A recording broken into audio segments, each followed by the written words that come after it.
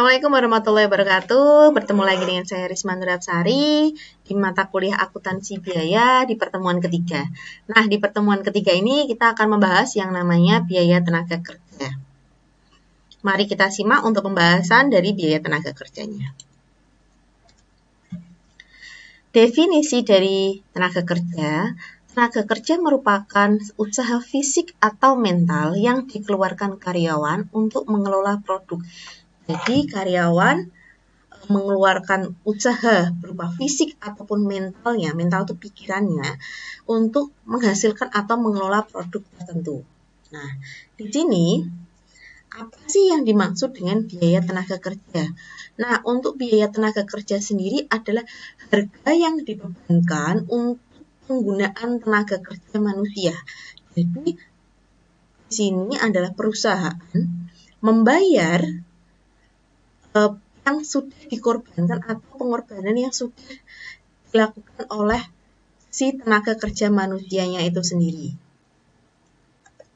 Nah, dalam biaya tenaga kerja kita golongkan menjadi beberapa, ada 4 penggolongannya, kegiatan dan biaya tenaga kerjanya. Untuk yang pertama yaitu menurut fungsi dalam organisasi perusahaan. Yang kedua, menurut kegiatan departemen perusahaan. Yang ketiga, menurut jenis pekerjaannya. Yang keempat, menurut hubungannya dengan produk. Nah, maka kita bahas yang pertama dulu, penggolongan kegiatan tenaga kerja menurut fungsi pokok dalam organisasi perusahaan. Menurut fungsi pokok dalam organisasi perusahaan, kegiatan dan biaya tenaga kerja itu dibagi menjadi 3 bagian ya teman-teman ya. Yang pertama adalah biaya tenaga kerja produksi. Di sini misalnya adalah gaji karyawan pabrik, upah lembur karyawan pabrik, itu adalah biaya tenaga kerja di bagian produksi. Lalu yang kedua, di sini biaya tenaga kerja pemasaran. Misal gaji manajer pemasaran, upah karyawan pemasaran. Nah, yang ketiga adalah biaya tenaga kerja admin dan umum. Misalnya di sini adalah gaji karyawan bagian akuntansi, gaji administrasi umum, itu masuk semua penggolongannya ke biaya tenaga kerja admin dan umum. Yang pertama itu kita golongkan menurut fungsi pokok dalam organisasi perusahaan. Kalau di dalam perusahaan itu ada bagian produksinya, berarti itu masuk ke tenaga kerja bagian produksi. Terus ada tenaga kerja bagian pemasarannya, ya berarti masuk ke biaya tenaga kerja bagian pemasaran. Ada bagian tenaga kerja administrasi dan umum, yaitu masuknya ke biaya tenaga kerja administrasi dan umum. Ada gaji karyawan bagian akuntansi, ada gaji karyawan SDM, itu juga termasuk ke dalam biaya tenaga kerja administrasi dan umum. Nah, itu berbeda lagi apabila misal di perusahaan tersebut ya ada biaya tenaga kerjanya tidak langsung atau yang kita sering namakan upah borongannya. Nah, itu juga bisa masuk ke dalam biaya tenaga kerja produksi. Nah, seperti itu ya teman-teman ya. Lalu, yang kedua yaitu penggolongan menurut kegiatan departemen-departemen dalam perusahaan. Nah, di dalam perusahaan itu pasti memiliki departemen-departemen. Jadi, satu perusahaan dia pasti akan mempunyai anak dari departemen-departemennya tersebut. Nah, di sini saya contohkan departemen produksi suatu perusahaan kertas. Nah, kalau saya contohnya di sini adalah perusahaan kertas. Di sini di perusahaan kertas bagian produksinya itu ada 3 departemen. Ada bagian pemisahan, bagian pengolahan kertasnya, setelah itu masuk ke bagian penyempurnaan kertasnya. Nah, ini tenaga kerjanya itu masuk ke masing-masing bagian. Ada yang awal nih masuk kertas, berarti dia pemisahan dulu, habis itu masuk ke bagian produksi kertas. Setelah itu keluar masuk ke bagian penyempurnaan kertas tersebut bisa digunakan.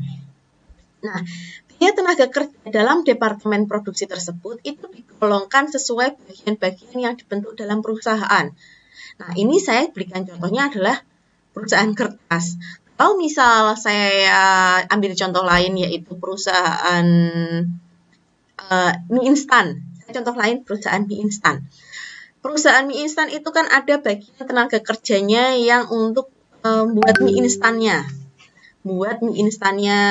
Nah, itu berarti masuknya ke bagian pembuatan mie instan. Lalu mie instan itu sudah dibuat, sudah jadi, itu kan masuk ke bagian penggorengan atau pengopen ya, mie oven ya, sekarang banyak juga ya mie oven atau pengopenan lah. Masuk ke dalam bagian pengopenan ya, itu berarti tenaga kerjanya di bagian pengopenan atau bagian penggorengan.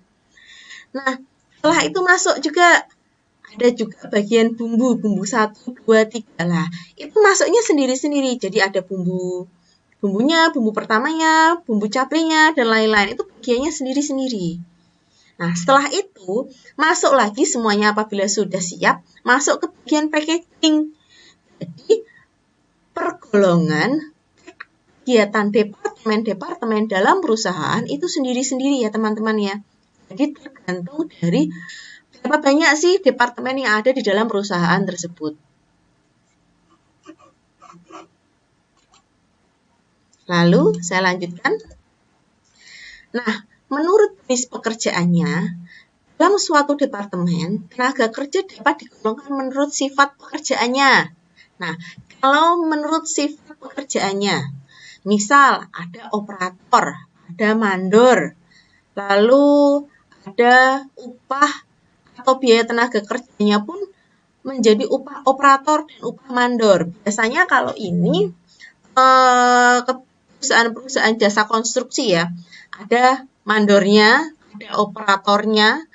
Jadi gajinya antara biaya tenaga kerja operator dan gaji antara upah mandornya itu digolongkan sesuai jenis pekerjaannya.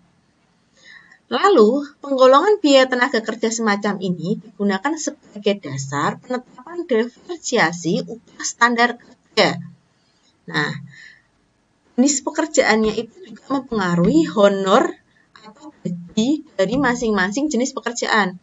Misal teman-teman di sini tidak bisa menyamakan antara gaji pegawai bank dengan gaji dokter, gaji pegawai atau gaji mandor atau upah mandor dengan upah buruh pabrik. Nah, itu tidak bisa.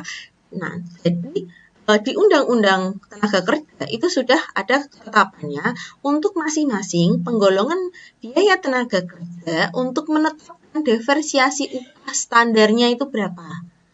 Kalau biasanya di daerah-daerah itu ada yang namanya upah standar regional ya. Nah, standar regionalnya berapa, itu akan diberikan ketetapan untuk membayar gaji masing-masing dari para pekerja. Seperti itu ya.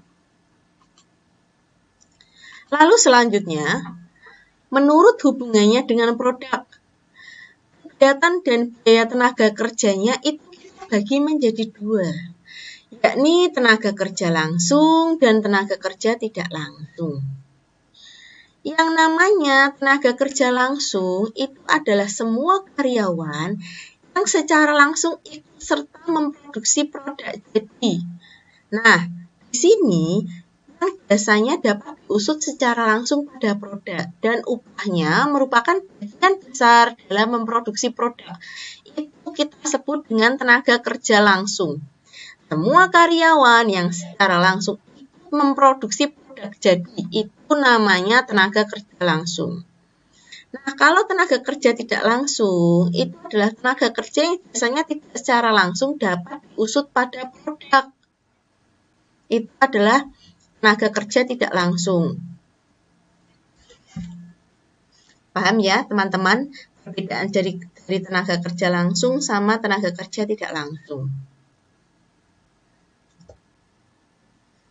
Nah, di sini dalam akuntansi biaya tenaga kerja itu dibagi menjadi beberapa bagian, di mana di sini ada biaya tenaga kerja dibagi dari dasar gaji dan upah reguler tadi UMR ya, premi lemburnya, lalu biaya-biaya yang berhubungan dengan tenaga kerjanya.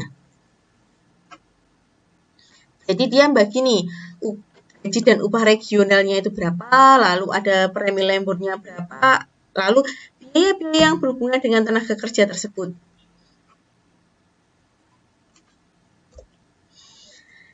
Mari kita bahas satu persatu dari ketiga item tersebut. Di sini gaji dan upah. Salah satu cara perhitungan upah karyawan dalam perusahaan adalah dengan mengalihkan tarif upah dengan jam kerja karyawan. Itu yang paling gampang ya teman-teman ya. Paling mudah adalah mengalihkan tarif upah dan jam kerja karyawan. Nah, dokumen untuk mengumpulkan jam kerja karyawan itu biasanya kartu hadir atau kartu jam kerja. Kalau sekarang mungkin lebih ini ya, kalau saya contohkan di perusahaan-perusahaan industri atau perusahaan-perusahaan pabrik manufaktur. Contohkan pabrik garment saja ya teman-teman. Ketika pabrik garment itu di situ sudah ada ketetapan jam kerjanya, jam 8 sampai jam 4 sore. Nah, ketika lebih dari jam 4 sore, maka itu akan dihitung lembur. Paham ya sampai sini ya? Jadi bisa dikalikan, berarti jam 8 sampai jam 4 sore itu harinya misal 80.000. 80.000 dikalikan dengan berapa jumlah hari yang sudah masuk. Si pegawai tersebut masuk. Nah, dokumennya itu kalau dulu itu kartu hadir atau kartu jam kerja. Kartu jam kerja itu kalau dulu modelnya kalau yang di pabrik-pabrik itu sebenarnya kayak jeglokan gitu. Tapi kalau sekarang karena sudah lebih modern ya, lebih digital, bisa menggunakan perangkat lunak. Dari perangkat lunak biasanya ada fingerprint atau by mobile atau absen langsung melalui sistem yang dibuat dari perusahaan tersebut. Nah, nanti dari bagian penggajian dia akan melihat berapa banyak si karyawan tersebut masuk lalu dikalikan dengan jumlah rupiahnya per hari mereka itu berapa. Oke, saya lanjutkan ya. Nih, di sini saya juga ada contoh soalnya. Jam kerja perusahaan mulai dari jam 9 sampai jam 18 atau jam 6 sore. Maka perhitungan jumlah jam kerja karyawan dalam satu hari itu 9 jam. Dipotong jam istirahatnya 1 jam. Maka menjadi 8 jam. Jika perusahaan memiliki 2 karyawan. Ini saya ambil contoh saja ya. Perusahaan cuma memiliki 2 karyawan. Karyawan A dibayar Rp20.000 per jam. Dan karyawan B itu hanya dibayar Rp10.000 per jam. Maka perhitungan minggu pertama di bulan Februari, berarti ini pembayarannya adalah per minggu ya teman-teman ya. Untuk karyawan A, upah tenaga kerja langsungnya, nih. Untuk karyawan A berarti 300.000 ditambah dengan 400.000. Untuk karyawan B 200.000 ditambah dengan 100.000. Yuk kita lihat di sini. 9 jam menjadi 8 jam. Nah, di sini dia dibebankan biaya overhead pabrik. Oh, ternyata biaya overhead pabriknya sama. 100.000. Oke.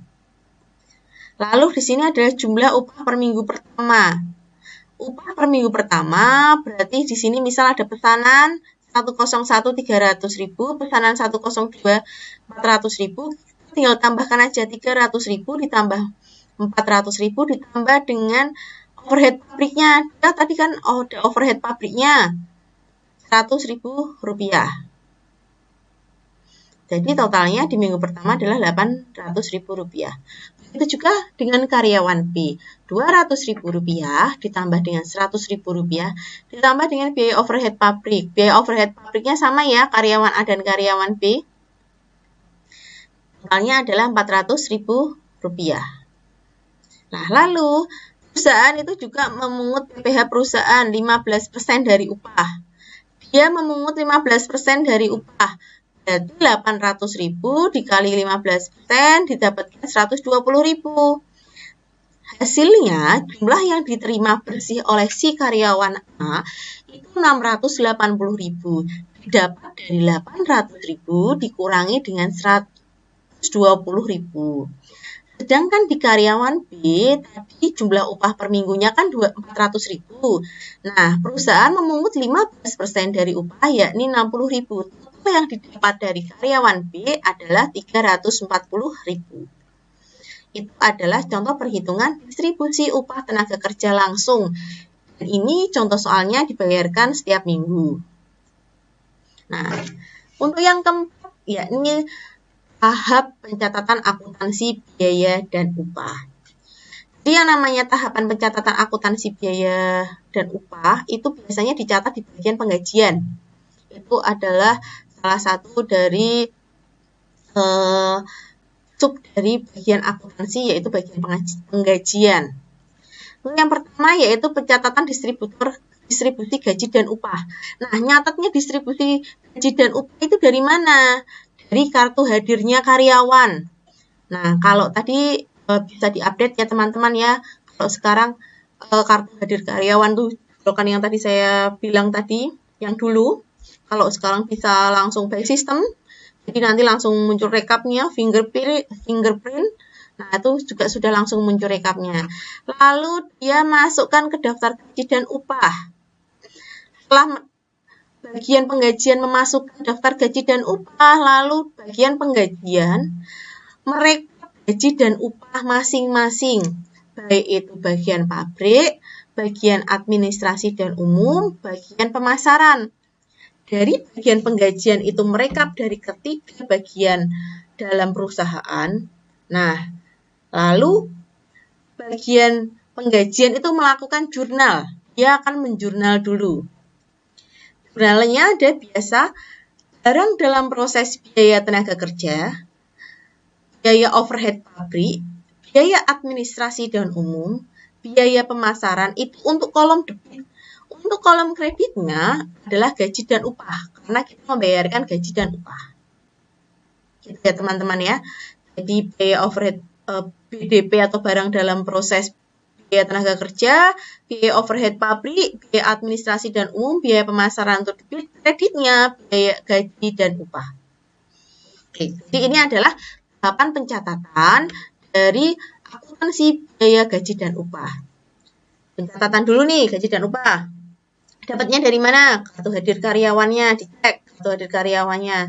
Terus dicek lagi masuk ke daftar gajinya.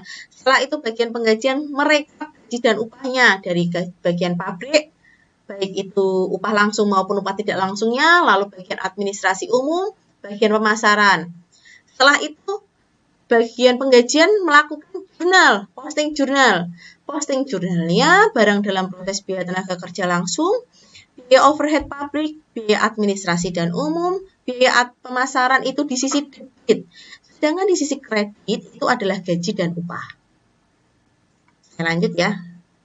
Nah, nih, pada saat pencatatan utang upah gaji dan karyawan, ketika si perusahaan itu bagian penggajian itu masih nyatet nih, masih nyatet gajinya masing-masing. Berarti intinya apa? Intinya perusahaan masih punya hutang gaji ke karyawan. Nah, pada saat pencatatan, di sini ada daftar gaji dan upahnya. Lalu pencairan dana untuk pembayaran gaji dan upah. Nih, untuk jurnalnya adalah gaji dan upah, utang PPh karyawan, utang gaji dan upah. Kenapa di sini kita bilang hutang gaji dan upah? Karena bagian penggajian masih melakukan pencatatan, belum melakukan pembayaran. Jadi hutang di sisi kredit. Ini ya teman-teman ya. Saya ulangi lagi. Di bagian pencatatan biaya gaji dan upah, karena bagian penggajian belum melakukan pembayaran, maka perusahaan dianggapnya adalah masih hutang gaji kepada karyawan. Ketika hutang gaji dengan karyawan, maka jurnal yang diinput adalah gaji dan upah di sisi debit serta utang PPh karyawan. Kreditnya adalah utang gaji dan upah karena bagian penggajian belum melakukan pembayaran ke masing-masing rekening karyawan. Paham ya sampai sini ya? Nah, lalu pada saat pencatatan pembayaran kepada karyawan, di di sini yang namanya pencatatan pembayaran kepada karyawan artinya apa? Gaji tersebut siap dibayarkan dan pembayaran gaji dan upahnya. Nah, kalau misal gaji dan upahnya tersebut dibayarkan, sudah mau dibayarkan, berarti apa? Hutang gaji dan upahnya di sisi debit. Karena hutang berkurang, dia di sisi debit. Lalu perusahaan mengeluarkan apa? Perusahaan mengeluarkan kas. Apabila perusahaan mengeluarkan kas, maka di sisi kredit kas dari perusahaan itu berkurang. Teman-teman bisa lihat dan teman-teman bisa bedakan. Saya slide sebelumnya dulu ya. Pada saat pencatatan, dia mencatat gaji dan upah utang PPh karyawan di sisi debit. Hutang gaji dan upah di sisi kredit, karena dianggap saat pencatatan dia belum melakukan pembayaran, perusahaan belum melakukan pembayaran. Ketika perusahaan sudah melakukan pembayaran, berarti nyatatnya juga beda lagi. Hutangnya sudah berkurang, hutang berkurang di sisi debit, sedangkan perusahaan mengeluarkan kas. Kasnya di sisi kredit. Paham ya teman-teman ya? Berarti untuk saat pencatatan, saat pembayaran itu jurnalnya berbeda. Nah, lanjut di sini saat penyetoran pajak penghasilan ke kas negara. Nah, ketika si perusahaan tadi ini memungut gaji, memberikan gaji ke karyawan, perusahaan pasti akan memungut yang namanya hutang PPh karyawan, PPh pasal 21. Nah, hutangnya yang tadi di sisi hutang yang kita bayarkan. Berarti kalau hutang PPh karyawannya kita bayarkan kan hutangnya berkurang. Hutang berkurang di sisi debit. Lalu apa yang kita keluarkan? Kita keluarkan kas. Berarti kita keluarkan kas di sisi kredit. Jurnalnya untuk mencatat penyetoran pajak penghasilan ke kas negara adalah utang PPh karyawan, debit, kasnya adalah kredit. Paham ya teman-teman ya? Jadi kita sudah mempelajari tadi yang pertama, nyatat dulu. Ketika pencatatan, gajinya belum dibayar, masih dicatat di bagian penggajian. Jurnalnya gaji dan upah, hutang PPh karyawan di debit, dengan utang gaji dan upahnya di sisi kredit karena belum dibayarkan. Dengan asumsi perusahaan masih utang ke karyawan. Untuk yang kedua, pada saat bayar. Pada saat mau membayar, berarti kan utang gaji dan upahnya berkurang. Di sisi debit. Kita mengeluarkan apa sebagai perusahaan? Kita mengeluarkan kas. Kasnya di sisi kredit.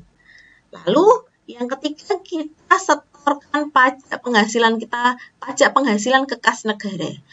Jurnalnya adalah hutang PPh karyawan. Hutang PPh karyawannya kan berkurang. Debit. Kita mengeluarkan apa? Kita mengeluarkan kas. Kasnya berkurang di sisi kredit. Ya, tadi sudah saya jelaskan untuk tahap pencatatan, pembagian gaji, penyetoran pajak ke kas negara. Untuk pencatatan akuntansi biaya gaji dan upah. Lalu insentif. Apa sih bedanya insentif sama gaji? Berbeda ya teman-teman ya, insentif dengan gaji. Kalau yang namanya insentif, ini ada cara pemberian insentif. Nah, insentif satuan dengan jam minimum atau straight days work with a guaranteed hourly minimum plan.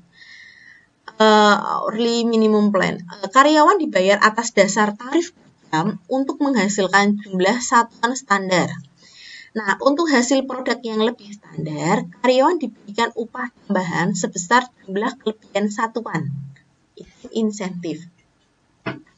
Lalu yang Taylor Differential Base Rate Plan, cara pemberian insentif ini adalah semacam straight base rate plan yang menggunakan tarif tiap potong untuk jam keluaran rendah per jam dan tarif tiap potong yang lain untuk jam keluaran tinggi per jam. Kalau yang pertama ini, contohnya misal seperti ini. Di dalam perusahaan itu ditargetkan.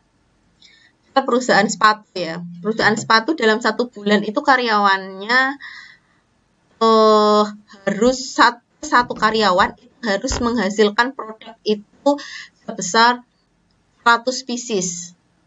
Nah, karyawan A menghasilkan 150 pieces. Karyawan B hanya menghasilkan 110 pieces. Maka insentif karyawan A dan karyawan B itu berbeda. Targetnya tadi kan 100. Nah, kalau di karyawan A, dia masih punya sisa kelebihan 50 unit sepatu.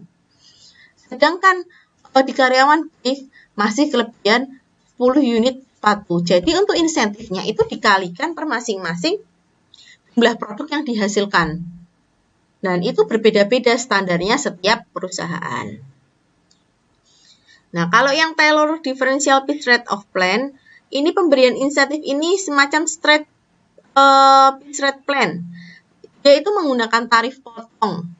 Tarif potong untuk keluaran rendah per jam dan tiap tarif potong yang lain untuk keluaran tinggi per jam. Namun, di perusahaan-perusahaan seperti perusahaan manufaktur atau perusahaan pembuatan garment pabrik dan lain-lain itu biasanya dia menggunakan straight pitch with guaranteed hourly minimum plan. Jadi karyawan itu dibayar atas dasar tarif per jam untuk menghasilkan jumlah satuan standar. Berarti dihitung per satuan standarnya. Kita juga bahas di sini di biaya tenaga kerja ada premi lembur. Nah, apa itu premi lembur? Jika karyawan sebuah perusahaan bekerja lebih dari 40 jam dalam 1 minggu, maka mereka berhak menerima uang lembur dan premi lembur. Perlakuan terhadap premi lembur tergantung alasan-alasan terjadinya lembur dan dapat dibenarkan apabila pabrik telah bekerja pada kapasitas penuh dan pelanggan atau pemesan bersedia menerima beban tambahan karena lembur tersebut. Saya kasih contoh nih, perusahaan konveksi seragam sekolah. Ketika perusahaan konveksi seragam sekolah itu kan biasanya rame-ramenya nanti di bulan Juni-Juli ya, masuk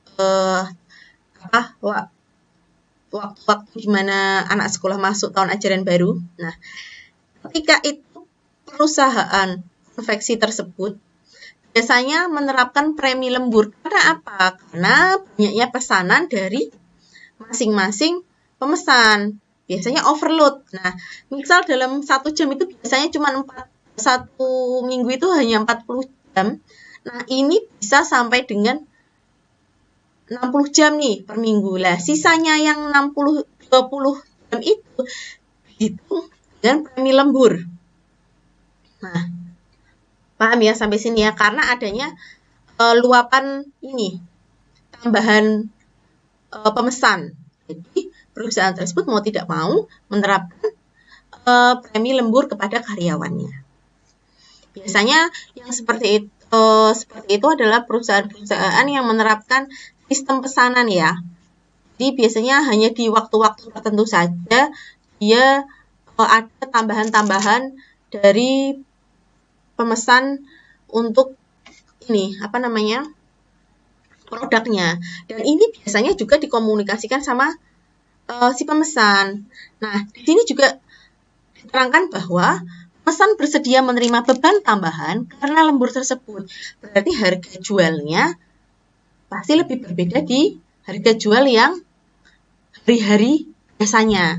Nah, biasanya kalau tanpa kita sadari ya, kalau misal kita membeli seragam atau memesan seragam di hari biasa, harganya bisa standar. Namun apabila di hari-hari yang mau masuk mendekati sekolah atau sekolah masuk, itu harganya bisa lebih mahal. Lah karena apa? Lah karena ini adanya lembur tersebut. Jadi maka harga jualnya pun akan lebih tinggi. Gitu ya. Nah, di sini ada contoh soal mengenai perhitungan biaya premi lembur.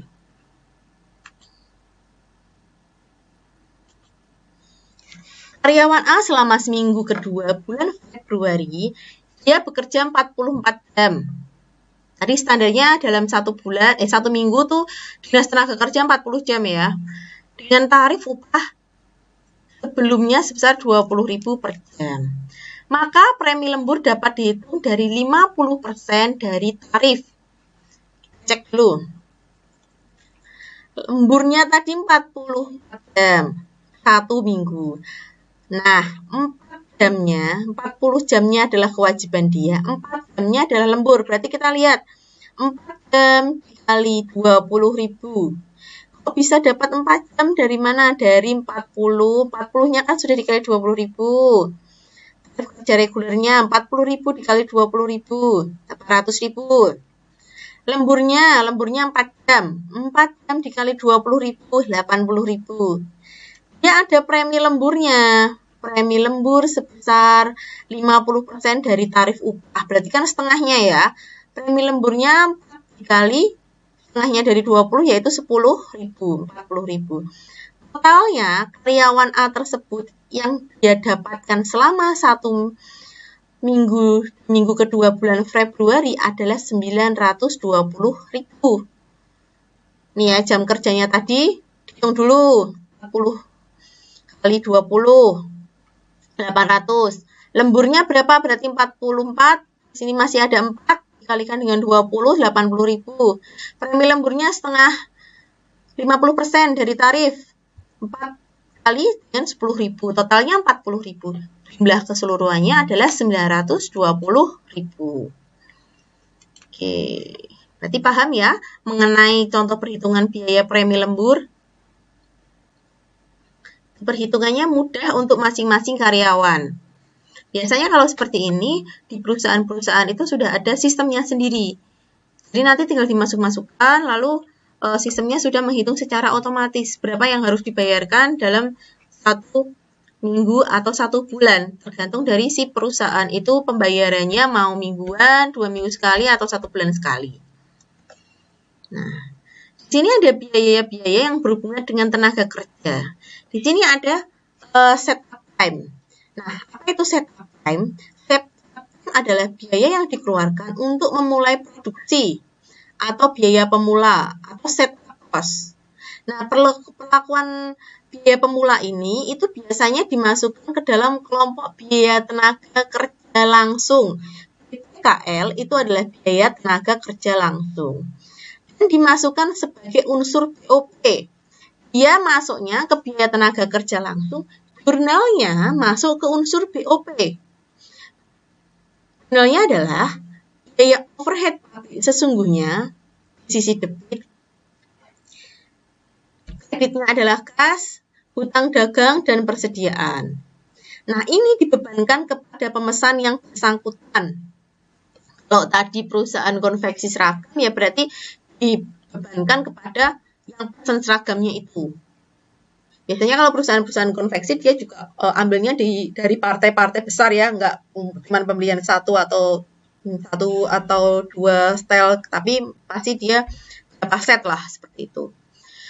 Yang kedua adalah waktu menganggur atau idle time. Nah, di sini adalah biaya yang dikeluarkan selama waktu menganggur diperlakukan sebagai biaya overhead.